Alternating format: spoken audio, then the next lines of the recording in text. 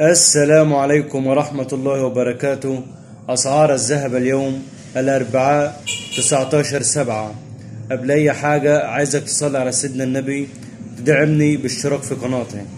سجل السعر العالمي للذهب $1975 للبيع، وللشراء $1976. فيما سجل سعر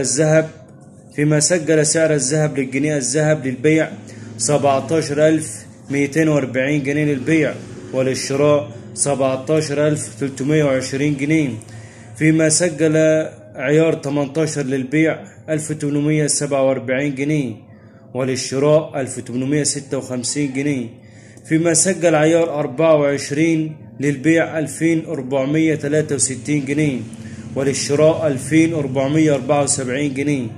فيما سجل عيار 21 للبيع 2155 جنيه، وللشراء 2165 جنيه.